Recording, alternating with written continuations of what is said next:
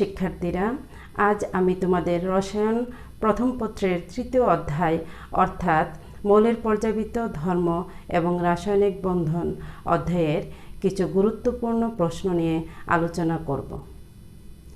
প্রিয় শিক্ষার্থীরা, লক্ষ্য করো, এখানে গ্রুপ 14 4A গ্রুপের মৌলগুলো উল্লেখ করা আছে। কার্বন, সিলিকন, জার্মেনিয়াম, স্টেনাস, লেড ইত্যাদি। এখানে কার্বন অধাতু, সিলিকন, জার্মেনিয়াম অপধাতু, স্টেনাস এবং লেড হচ্ছে ধাতু। কার্বন এবং সিলিকন উভয় পরমাণু ক্লোরিনের সাথে যুক্ত হয়ে কার্বন টেট্রাক্লোরাইড যৌগ এবং সিলিকন টেট্রাক্লোরাইড যৌগ তৈরি করে। কিন্তু কার্বন টেট্রাক্লোরাইড আর্দ্র বিশ্লেষিত হয় না, সিলিকন টেট্রাক্লোরাইড আর্দ্র বিশ্লেষিত হয়। শিক্ষার্থীরা, আর্দ্র বিশ্লেষিত হওয়ার জন্য দুইটি শর্ত প্রয়োজন। প্রথম শর্ত হচ্ছে কেন্দ্রীয় মৌলের মধ্যে ফাঁকা ডি অরবিটালের উপস্থিতি থাকতে হবে এবং দ্বিতীয় শর্ত হচ্ছে এই ফাঁকা ডি অরবিটালের সাথে পানির অণুর অক্সিজেন পরমাণুর মুক্ত জোড় ইলেকট্রন দ্বারা সন্নিবেশ বন্ধন তৈরি করতে হবে। তো এখানে কার্বন টেট্রাক্লোরাইড যৌগের কেন্দ্রীয় পরমাণু কার্বন। কার্বন 14 নং গ্রুপের মৌল দ্বিতীয় পর্যায়ে অন্তর্ভুক্ত। কার্বনের ইলেকট্রন বিন্যাস করলে আমরা দেখতে পারি 1s2 2s2 2p2, অর্থাৎ এখানে কার্বনের বহিস্থ শক্তি স্তরে কোনো ডি অরবিটালের উপস্থিতি নেই।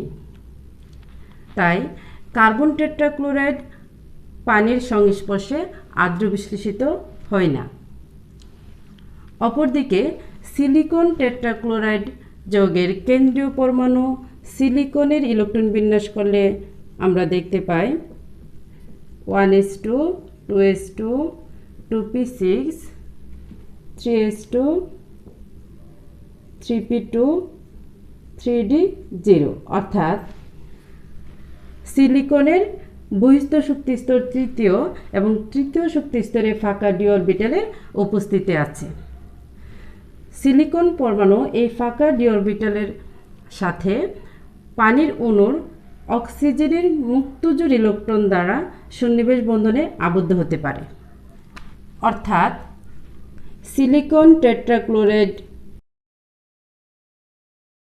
সিলিকন পরমাণু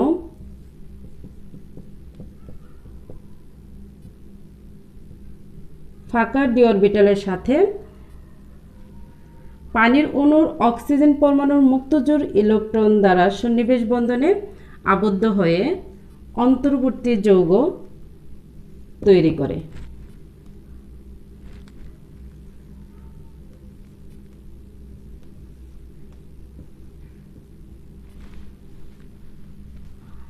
এখানে সিলিকন ক্লোরিনের বন্ধনের বিষম বিভাজন হয় এবং বিষম বিভাজনের মাধ্যমে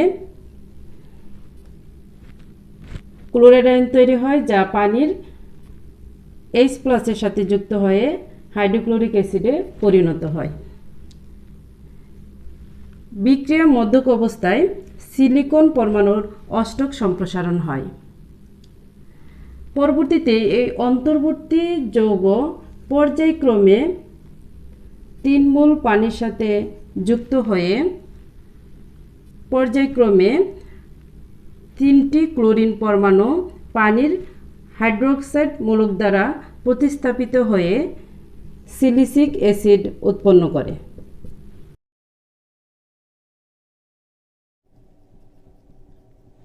এভাবে সিলিকন টেট্রাক্লোরাইড পানি সংস্পর্শে আসলে আর্দ্র বিশ্লেষিত হয়। প্রিয় শিক্ষার্থীরা, গ্রুপ 15 অর্থাৎ 5 এর মৌলগুলো হচ্ছে nitrogen, phosphorus, arsenic, antimony, bismuth ইত্যাদি। এদের মধ্যে নাইট্রোজেন, ফসফরাস অধাতু, আর্সেনিক, অ্যান্টিমনি অপধাতু, বিসমাথ ধাতু। নাইট্রোজেন ফসফরাস উভয় পরমাণু ক্লোরিনের সাথে যুক্ত হয়ে যথাক্রমে নাইট্রোজেন ট্রাইক্লোরাইড এবং ফসফরাস ট্রাইক্লোরাইড ও ফসফরাস পেন্টাক্লোরাইড গঠন করতে পারে, কিন্তু নাইট্রোজেন পেন্টাক্লোরাইড গঠন করতে পারে না। চলো এখন আমরা এই প্রশ্নটা নিয়ে আলোচনা করি। ফসফরাস ট্রাইক্লোরাইড ও ফসফরাস পেন্টাক্লোরাইড গঠিত হলেও নাইট্রোজেন পেন্টাক্লোরাইড গঠিত হয় না কেন? নাইট্রোজেন পেন্টাক্লোরাইডের ক্ষেত্রে কেন্দ্রীয় পরমাণু নাইট্রোজেনের ইলেকট্রন বিন্যাস করলে আমরা দেখতে পারি 1s2 2s2 2px1 2py1 2pz1, অর্থাৎ নাইট্রোজেনের বহিস্থ শক্তি স্তরে 3টি অযুগ্ম ইলেকট্রন থাকায় নাইট্রোজেন 3টি ক্লোরিন পরমাণুর সাথে ইলেকট্রন শেয়ারের মাধ্যমে একক সমযোজী বন্ধনে আবদ্ধ হয়ে নাইট্রোজেন ট্রাইক্লোরাইড গঠন করতে পারে। কিন্তু নাইট্রোজেনের বহিস্থ শক্তি স্তর দ্বিতীয় হওয়ায় এখানে কোনো ডি অরবিটাল না থাকায় নাইট্রোজেনের অযুগ্ম ইলেকট্রনের সংখ্যা বৃদ্ধি সম্ভব হয় না এবং অষ্টক সম্প্রসারণও সম্ভব হয় না, যার কারণে নাইট্রোজেন পেন্টাক্লোরাইড গঠিত হয় না। অপরদিকে ফসফরাসের ইলেকট্রন বিন্যাস করলে আমরা দেখতে পারি 1s2 2s2 2p6 3s2 3px1 3py1 3pz1 3d0, অর্থাৎ ফসফরাসের বহিস্থ শক্তি স্তরে 3টি বিজোড় ইলেকট্রন থাকায় 3টি ক্লোরিন পরমাণুর সাথে একক সমযোজী বন্ধনের মাধ্যমে আবদ্ধ হয়ে ফসফরাস ট্রাইক্লোরাইড গঠন করতে পারে। উত্তেজিত অবস্থায় ফসফরাসের 3s হতে একটি ইলেকট্রন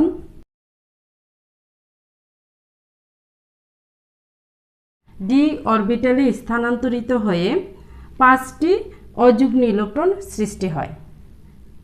ফসফরাসের 5টি অযুগ্ম ইলেকট্রন সৃষ্টি হওয়ায় ফসফরাস পরমাণুটি 5টি ক্লোরিন পরমাণুর সাথে ইলেকট্রন শেয়ারের মাধ্যমে একক সমযোজী বন্ধনে আবদ্ধ হয়ে ফসফরাস পেন্টাক্লোরাইড গঠন করতে পারে। কিন্তু নাইট্রোজেন পরমাণুর বহিস্থ শক্তি স্তরে কোনো ডি অরবিটাল না থাকায় নাইট্রোজেন পরমাণুর ক্ষেত্রে অষ্টক সম্প্রসারণ সম্ভব হয় না, আর ফসফরাস পরমাণুর ক্ষেত্রে ফাঁকা ডি অরবিটালের উপস্থিতি থাকায় এখানে বিজোড় ইলেকট্রনের সংখ্যা বৃদ্ধি সম্ভব হয় এবং অষ্টক সম্প্রসারণ সম্ভব হয়, যার কারণে ফসফরাস পেন্টাক্লোরাইড গঠিত হলেও নাইট্রোজেন পেন্টাক্লোরাইড গঠিত হয় না। প্রিয় শিক্ষার্থীরা, নাইট্রোজেন এবং ফসফরাস উভয় পরমাণু হাইড্রোজেনের সাথে যুক্ত হয়ে যথাক্রমে অ্যামোনিয়া ও ফসফিন উৎপন্ন করে। অ্যামোনিয়া ফসফিন উভয় যৌগ ক্ষারীয় যৌগ, কিন্তু ফসফিন অপেক্ষা অ্যামোনিয়ার ক্ষারধর্মিতা বেশি হয়। চলো এখন আমরা এই প্রশ্নটা আলোচনা করি, অর্থাৎ অ্যামোনিয়া ও ফসফিনের মধ্যে কোনটি অধিক ক্ষারধর্মী? লুইস মতবাদ অনুসারে আমরা জানি যে সকল রাসায়নিক সত্তা অন্য পদার্থকে এক জোড়া ইলেকট্রন দান করতে পারে তাদেরকে ক্ষারীয় পদার্থ বলা হয়। যেহেতু অ্যামোনিয়ার নাইট্রোজেন পরমাণুতে এবং ফসফিনের ফসফরাস পরমাণুতে একটি করে মুক্ত জোড় ইলেকট্রন রয়েছে, তাই এরা অন্য পদার্থকে এক জোড়া ইলেকট্রন দান করতে পারে, তাই এরা ক্ষারীয় হয়। অর্থাৎ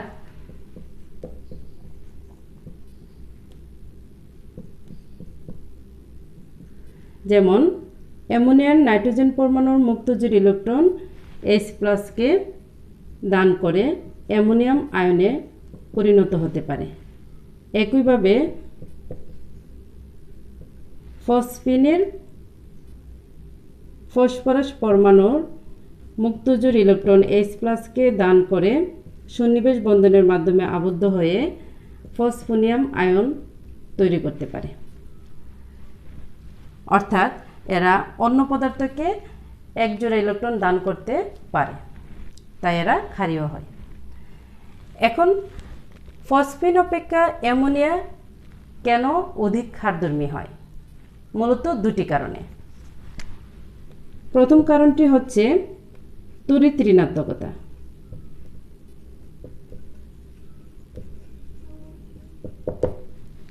নাইট্রোজেনের তড়িৎ ঋণাত্মকতার মান 3.0 এবং ফসফরাসের তড়িৎ ঋণাত্মকতার মান 2.1। ফসফরাস অপেক্ষা নাইট্রোজেনের তড়িৎ ঋণাত্মকতার মান বেশি হওয়ায় অ্যামোনিয়ার NH বন্ধনের বন্ধনজোড় ইলেকট্রন নাইট্রোজেন পরমাণু কর্তৃক বেশি আকৃষ্ট হয়, ফলে নাইট্রোজেনের ইলেকট্রন ঘনত্ব বৃদ্ধি পায়। তাই নাইট্রোজেনের ইলেকট্রন ত্যাগের প্রবণতা বৃদ্ধি পায়। এভাবে ফসফিন অপেক্ষা অ্যামোনিয়ার ক্ষারধর্মিতা বৃদ্ধি পায়। দ্বিতীয় কারণটি হচ্ছে পারমাণবিক ব্যাসার্ধ।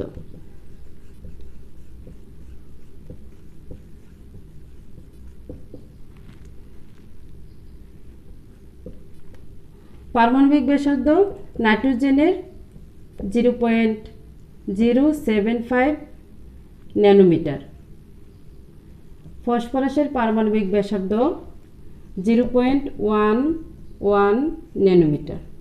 অর্থাৎ ফসফরাস অপেক্ষা নাইট্রোজেনের আকার ক্ষুদ্র হয় নাইট্রোজেনের ইলেকট্রনের ঘনত্ব বৃদ্ধি পায়। তাই নাইট্রোজেনের ইলেকট্রন ত্যাগের প্রবণতাও বৃদ্ধি পায়, ফলে অ্যামোনিয়ার ক্ষারধর্মিতা ফসফিন অপেক্ষা বেশি হয়। প্রিয় শিক্ষার্থীরা, গ্রুপ 16 অর্থাৎ 6A এর মৌলগুলো যথাক্রমে oxygen, sulphur, selenium, tellurium, polonium ইত্যাদি। এদের মধ্যে অক্সিজেন, সালফার, সেলিনিয়াম অধাতু, টেলুরিয়াম অপধাতু, পোলোনিয়াম তেজস্ক্রিয় মৌল। এখন আমরা এই প্রশ্নটা আলোচনা করব। অক্সিজেন হেক্সাফ্লোরাইড গঠিত হয় না, সালফার হেক্সাফ্লোরাইড গঠিত হয় কেন? অক্সিজেন হেক্সাফ্লোরাইড এবং সালফার হেক্সাফ্লোরাইডের উভয় পরমাণু অর্থাৎ অক্সিজেন এবং সালফার গ্রুপ 16 এর মৌল, অর্থাৎ যথাক্রমে দ্বিতীয় ও তৃতীয় পর্যায়ের মৌল। অক্সিজেনের ইলেকট্রন বিন্যাস করলে আমরা দেখতে পাই 1s2 2s2 2px2 2py1 2pz1।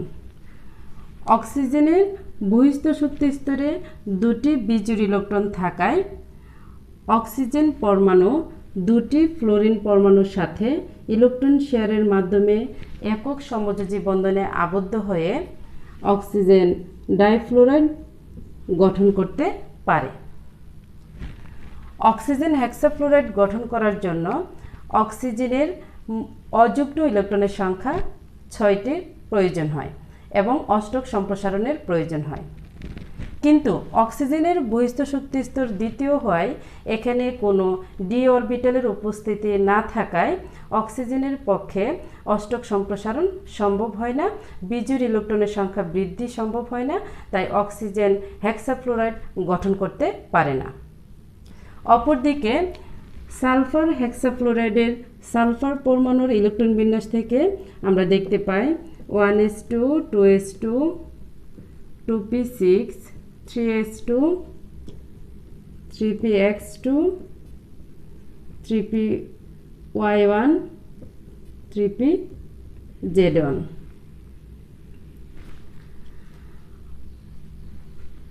(3d0) অর্থাৎ সালফারের বহিস্থ শক্তি স্তরে ফাঁকা ডি অরবিটালের উপস্থিতি থাকায়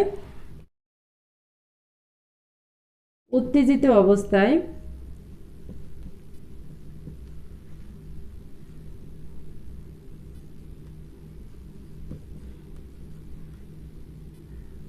3px হতে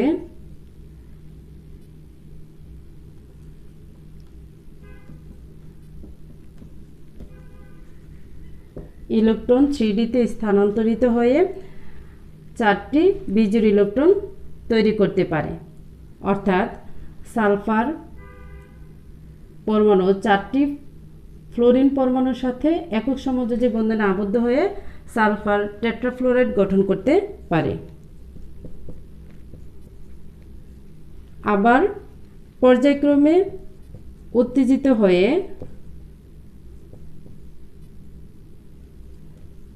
এর 3s হতে ইলেকট্রন 3d অরবিটালে প্রবেশ করে বিজোড় ইলেকট্রনের সংখ্যা বৃদ্ধি হয়ে 6টি হয়। অর্থাৎ বিজোড় ইলেকট্রনের বৃদ্ধি সম্ভব হয়। সালফারের বিজোড় ইলেকট্রনের সংখ্যা 6টি হয়।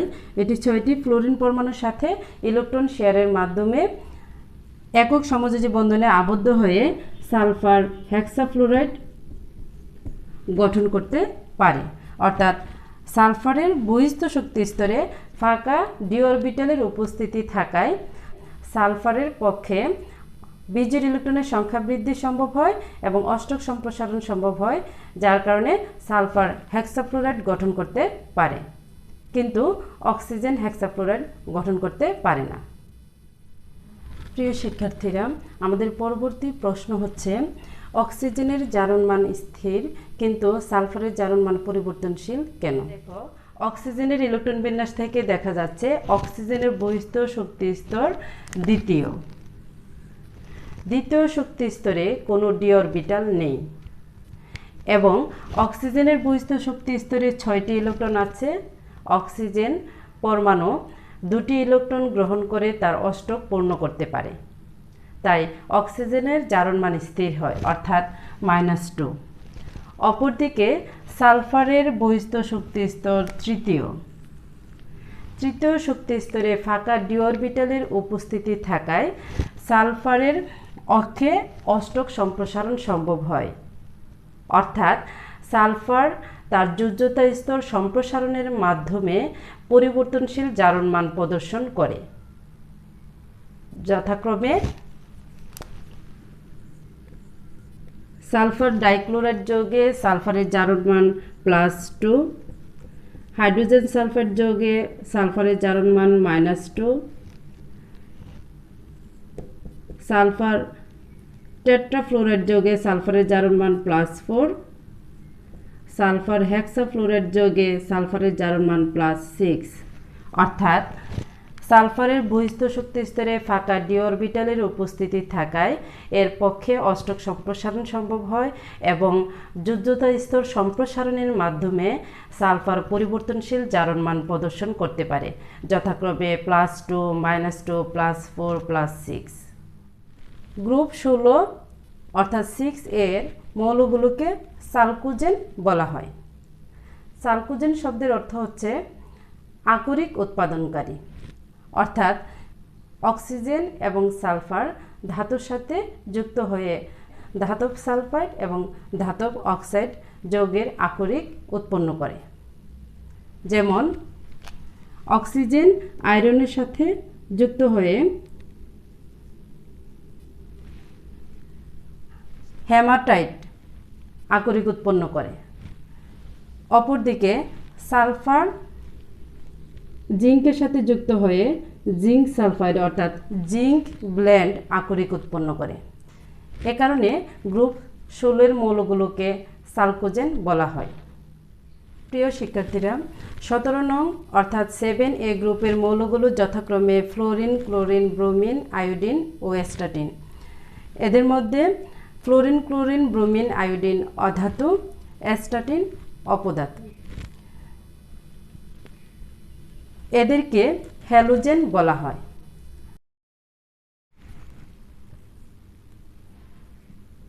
হ্যালোজেন্স গ্রিক শব্দ।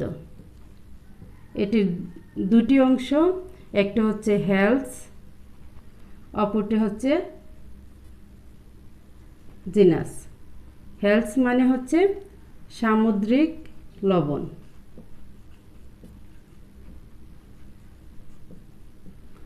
আর জিনাস মানে হচ্ছে উৎপাদনকারী। অর্থাৎ সোডিয়াম ক্লোরাইড, সোডিয়াম আয়োডাইড এই লবণগুলো সামুদ্রিক লবণ হিসেবে পাওয়া যায়, তাই এদেরকে হ্যালোজেন বলা হয়। এরা সাধারণ অবস্থায় দ্বিপরমাণুক হিসেবে অবস্থান করে। এদের পারমাণবিক সংখ্যা বৃদ্ধির সাথে সাথে ভ্যান ডার ওয়ালস আকর্ষণ বল উপর থেকে নিচের দিকে বৃদ্ধি পেতে থাকে। অর্থাৎ fluorine greater than, chlorine greater than, bromine greater than iodine. Van der Waals আকর্ষণ বল পারমাণবিক সংখ্যা বৃদ্ধির সাথে সাথে বৃদ্ধি পাওয়ার জন্য এখানে আয়োডিন এবং অ্যাস্টাটিন কঠিন অবস্থায় থাকে, ফ্লোরিন, ক্লোরিন গ্যাসীয় অবস্থায় থাকে এবং ব্রোমিন তরল অবস্থায় থাকে। তৃতীয় যে বিষয়টি হলো 17 নং গ্রুপ অর্থাৎ হ্যালোজেন মৌলগুলো কম ঋণাত্মক মৌল অধিক তড়িৎ ঋণাত্মক মৌলের সাথে সমযোজী বন্ধনে আবদ্ধ হয়ে আন্তঃহ্যালোজেন যৌগ গঠন করতে পারে। যেমন আয়োডিন পেন্টাফ্লোরাইড, আয়োডিন হেপ্টাফ্লোরাইড। অর্থাৎ এখানে ফ্লোরিন অধিক তড়িৎ ঋণাত্মক মৌল, আয়োডিন কম তড়িৎ ঋণাত্মক মৌল। তো কম তড়িৎ ঋণাত্মক মৌল এবং অধিক তড়িৎ ঋণাত্মক মৌল পরস্পরের সাথে সমযোজী বন্ধনে আবদ্ধ হয়ে আন্তঃহ্যালোজেন যৌগ গঠন করতে পারে। প্রিয় শিক্ষার্থীরা, হ্যালোজেন পরমাণুগুলো হাইড্রোজেনের সাথে যুক্ত হয়ে হাইড্রোএসিড তৈরি করে। অর্থাৎ hydrogen iodide, hydrogen bromide, hydrogen chloride, hydrogen fluoride. এই হাইড্রো অ্যাসিডগুলোর তীব্রতা নির্ভর করে হ্যালোজেন পরমাণুর আকারের উপর। হ্যালোজেন পরমাণুর আকার যত বেশি হয় এদের অম্লত্ব তত বৃদ্ধি পায়।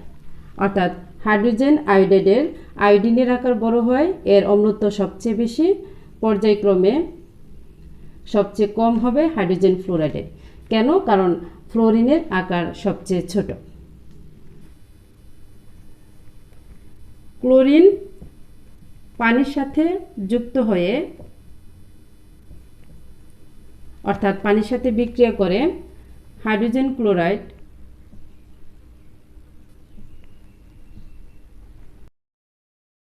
এবং হাইপোক্লোরাস অ্যাসিড উৎপন্ন হয়।